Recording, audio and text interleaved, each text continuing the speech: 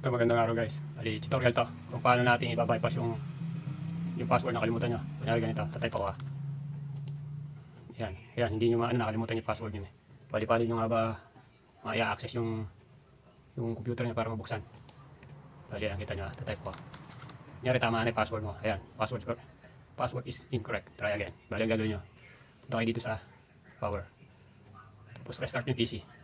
Tapos kailangan nyo mapunta sa command prompt. Bali para mapunta kayo, diinan nyo yung shift. Diinan nyo hanggang sa mag-restart yung PC, nakapindot pa rin kayo sa shift. Bali, pipindutin ko na yung shift. Tapos magre-restart to. Ayan, restart anyway lang. Ayan, nakapindot na ako sa shift. Nakapindot na ako sa shift kahit mag-restart yan. Bali, yan, hintayin lang natin mamatay. Nakapindot na ako sa shift. Nakadiin lang. Kasi kailangan natin pumunta sa command prompt. Ayan, medyo matagal pero ayan, nakapindot ako sa shift.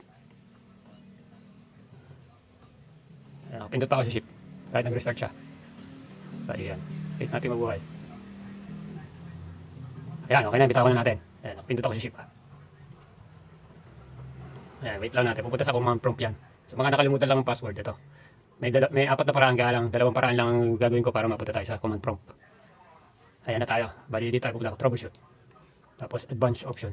Dito tayo sa command prompt. Ito yung natin. Yan. Tapos, magta-type tayo dyan ng notepad. Notepad. Space pad. Ay, wala pala space. Notepad. Tapos, enter. Yan. Tapos, punta kayo sa file. Kasi hanapin nyo yung local disk nyo. Ay, local disk nyo. Kung nasaan. Tapos, open. File. Tapos, open. Yan. Tapos, pindutin nyo disk PC. Bali, hanapin nyo yan yung pinaka main hard disk nyo. Bali, ito yun. Local disk D. Tatandaan nyo itong letter na to. Ito mahalaga dyan. Paano nyo malalaman kung ito yun? Double click nyo. Ayan, nakita nyo. Nandito may program. Saka may Windows siya. Bali, tatandaan nyo. X na natin. Bali, D yun. D. Okay lang yan. Tapos, X natin. Yan. Ang susunod natin na command ay bali, ito.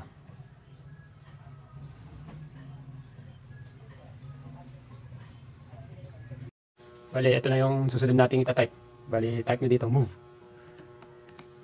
space D, tapos colon, tapos slash Windows slash system 32 slash utilman dot exe space, tapos yung letra na naman D. Diyan nakalagay yung mga Windows natin. D. Tapos, colon. Tapos, slash. Windows. Slash.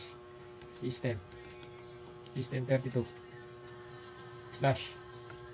Utilman 2. Dot. exe. Tapos, enter na. Ayan, overwrite. Basta pag kami sinabing yes or no, yes nyo lang. Type nyo yes.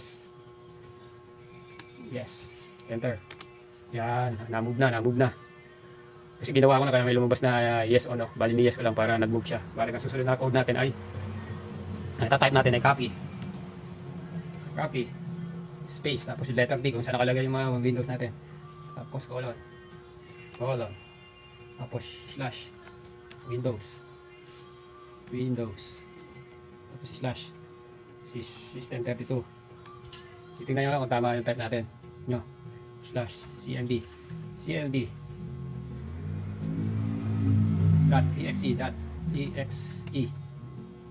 tapos space letter D ulit D, tapos colon slash Windows slash system 32 slash utilman dot exe, tapos enter nyo. Yan, may sinabi one file copied. Tapos may tatype kayo dyan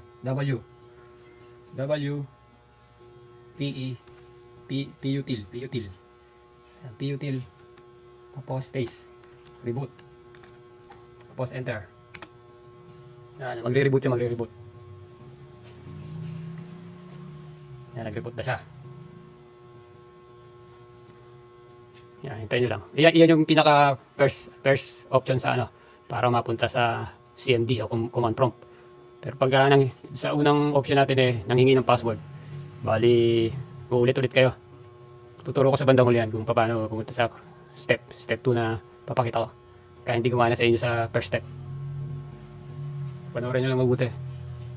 Pwede nyo naman i-zoom nyo kung kaya download nyo para makita nyo lang mabuti sa PC. Pagka sa cellphone kasi syempre maliit yan.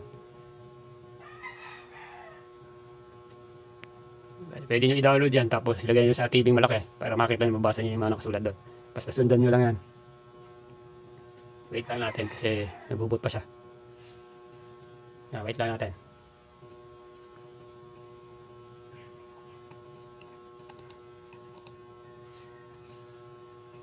Yan, hindi kayo pipindot dyan. Dito kayo pupunta kayo sa may tao na to. Pindutin nyo yan. Ayan, pumunta dito. Bali magta-type yan dyan. Bali ta-type natin dyan. Net space user. Net space user. Tapos enter nyo, enter. Diyan yung makikita yung pangalan nyo. Ayan. Dahil ito yung administrator, Philip. Philip yung pangalan ko, Philip. Yan, Philip. Kung may space yan, magkakakomplike kayo doon. Pero may paraan para, kunyari, Philip, tapos nag-space kayo, tapos Salinas. Sa ibang mag-comment na lang kayo, tuturuan ko kayo kung paano maalis yun. Bali yan na. Bali ang susunod natin itatype dyan. Siyempre, net user. Net space user. Tapos space. Yung pangalan nyo. Ito, capital letter P. P. Philip. Tapos space. Tapos ito. Ito. Yan, ito. Yung parang, ewan ko ano tawag dito. Nakalimutan ko. Tapos enter nyo. Enter. Tapos enter pa ulit. Tapos enter pa ulit. Ayan, okay na. The command completed successful. Bali, parang exit yan. Pindot yung exit. Exit. Enter. Tapos, ayan, umikot pa. Okay, hindi na tayo, kahit hindi na tayo mag-type dyan, pwede na yan. Under na yan. Yan, nakita nyo. Okay na siya, nabuksan na natin. Yan, okay na siya. Tapos, paano gumawa ng anong password ulit? Bali dito. Punta kayo dito sa start. Click nyo lang yan. Tapos, setting. Setting. Wait nyo lang.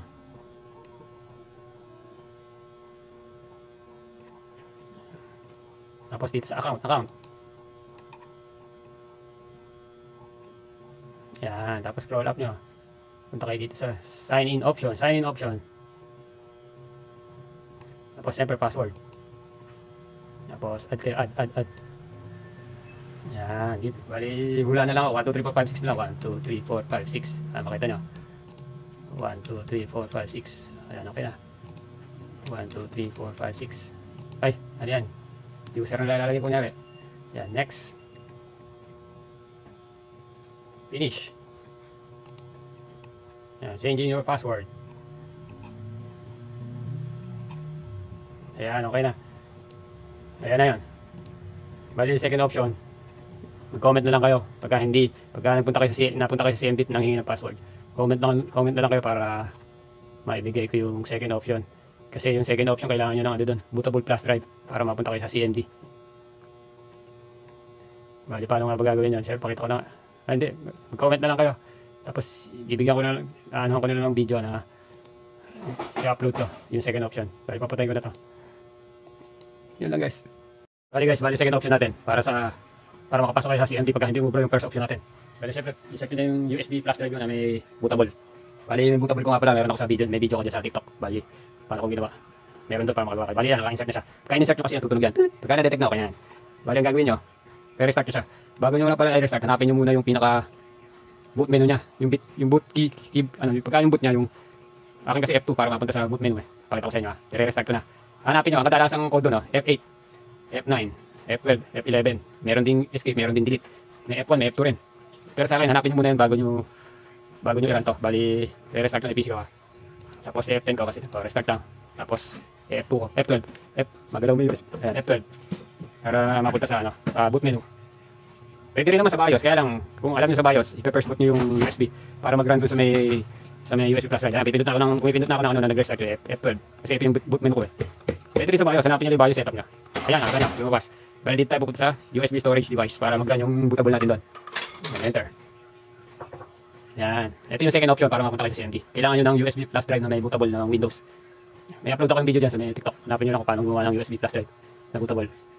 Wait lang natin, medyo matagal eh. Wait lang natin. Mag-read pa yung USB niya. Tapos pagka nakarating na kayo sa CMD, balik kayo sa first option natin, gaya nyo lang natin tinat ko doon. Yan, magrarun yan. Hindi tayo mag-install ha. Pupunta tayo sa CMD. Yan, next nyo lang yan, next. Tapos repair your computer. Ayan, yan. Tapos dito tayo troubleshoot. Command prompt. Ayan, magta-type kayo dyan. Sa unang option kasi pag may lumabas na nangihingi ng password, hindi pwede yun. X yung ulitin nyo ulit. Bali dyan. Ayan, pag nandiyan na kayo, okay na yan. Bali, bumalik kayo sa umpisa ng video ko. Tapos sundan nyo na lang yun. Hanggang dito lang guys, salamat. Sana nakatulong sa mga nakalimutan ng password dyan.